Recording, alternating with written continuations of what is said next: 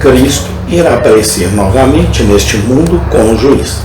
Parte 04, dia 22 de julho de 2025.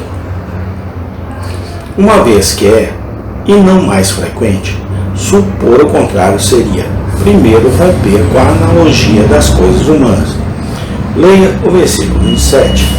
Como os homens está ordenado morrerem uma vez, vindo depois o juízo, o homem morre uma vez, e a mulher também. E depois disso tudo é fixado e resolvido, e ele responde por seus atos no julgamento. Uma vida, uma morte, então tudo é pesado e o resultado declarado. Depois disso, o julgamento, então Cristo vem e morre uma vez, e depois disso, para ele também o resultado do que ele fez, a saber, a salvação daqueles que o esperam. Ele morre uma vez, e então colhe o resultado fixo, de acordo com a analogia da raça humana, da qual se tornou membro e representante. Os homens não voltam aqui para morrer duas vezes. Os homens morrem uma vez, e então o assunto é decidido e vem o julgamento. Assim morre Cristo, não volta aqui para morrer de novo, mas ele recebe o resultado de sua morte, isto é, a salvação de seu próprio povo. Ele verá o trabalho de sua alma e ficará satisfeito. Tu foste morto e nos redimiste para Deus com teu sangue. O Cristo é tão completamente homem que segue as analogias da masculinidade, como o apóstolo aqui observa, e não devemos romper com elas. Supor uma segunda morte para nosso Senhor seria esquecer o que ele veio fazer. A punição do pecado era: no dia em que dela comeres, certamente morrerás. Uma morte foi a sentença. É verdade que temos que falar dessa única morte como dividida na primeira e na segunda morte, mas é judicialmente uma sentença de morte que é pronunciada sobre o homem. Quando Cristo vem, portanto, ele carrega a única sentença de morte. Ele deu sua vida por nós. A pena devida ao pecado era a morte. No dia em que dela comeres, certamente morrerás. Cristo, portanto, deve morrer e morreu. Pela graça de Deus, ele provou a morte por todos os homens. Mas não foi dito: você morrerá duas vezes. Não. E Cristo não morre duas vezes. Cristo, tendo ressuscitado dos mortos, não morre mais. A morte não tem mais domínio sobre ele, porque, quanto a morrer, uma vez morreu para o pecado. Supor que nosso Senhor deveria ser sacrificado novamente é uma suposição cheia de horror.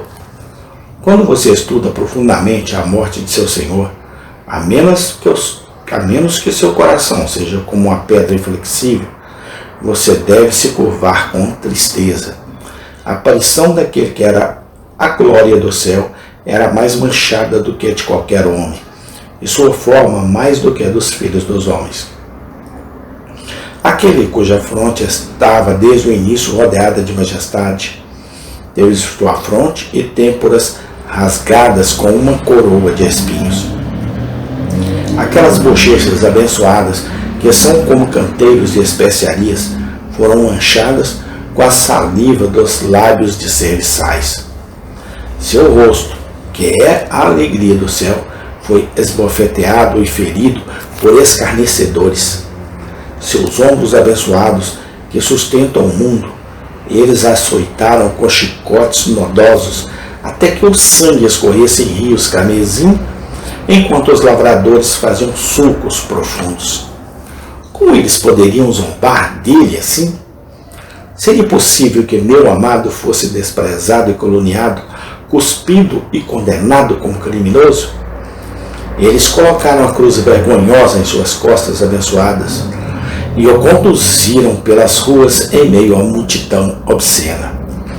Aquele que não conheceu o pecado foi contado com os transgressores, considerado culpado de nada, exceto o excesso de amor ao homem. Ele foi levado para ser crucificado. Eles o levaram às pressas para morrer no lugar comum da forca. Os rudes soldados o pregaram na cruz e ergueram a áspera árvore para que todos pudessem contemplá-la. Eu me pergunto se os anjos suportaram isso. Parece extraordinário que eles devessem observar enquanto os homens estavam pegando seu Senhor e Mestre, cravando flechas em suas mãos e pés, erguendo seu corpo sagrado sobre a árvore cruel, mas eles suportaram. E o Cristo pendurado na árvore da perdição, em um calor ardente, através do sol forte, e a inflamação de suas feridas, e febre interna. Ele estava tão ressecado que sua língua secou como um caco de cerâmica e se grudou no céu da boca. Lá ele ficou pendurado, em meio ao escárnio, seus ossos todos deslocados e sua própria carne dissolvida com fraqueza, como se estivesse voltando ao seu pó nativo. Enquanto isso, sua alma estava excessivamente triste até a morte, e a face do Pai que sustentou milhares de mártires se afastou dele até que ele gritou: Lama Sabachthani. E existe um coração tão brutal que sugere uma repetição dessa agonia divina? Repita isso. Repita isso. Oh, senhores, levantamos-nos imediatamente como um só homem, em motim contra uma ideia tão revoltante. Um calvário glorioso, pois realizou o grande feito de nossa redenção, mas 2 calvários significariam dupla vergonha e sem glória. O Filho de Deus, depois de tudo o que fez, descerá à terra para uma segunda vez, desprezado e rejeitado pelos homens. Será ele uma segunda vez arrastado pela lama e pelo sangue? Não deve, não pode ser. Deus me livre. Ele pisou no lagar de uma vez por todas? Não mais ele deve manchar suas vestes com seu próprio sangue. Supor uma repetição do sacrifício é lançar suspeitas sobre a obra e a eficácia de grande oferta de si mesmo. Esse sacrifício não foi infinito em valor. Deve ter sido, pois foi o sacrifício do próprio Deus. Por que então apresentá-lo novamente? A menos que o primeiro tenha sido total ou mensuravelmente um fracasso, por que repetir?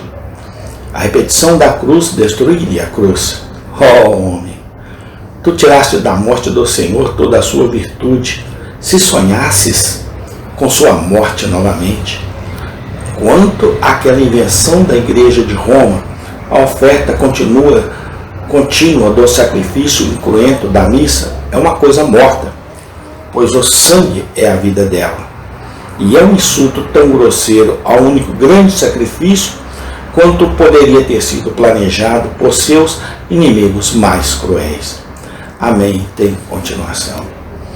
Ó Deus, muito obrigado por tudo aquilo que Jesus Cristo fez naquela cruz do Calvário, sofrendo por minha causa, sofrendo por nossa causa. Muito obrigado, ó Deus. Eu te agradeço. Amém e amém.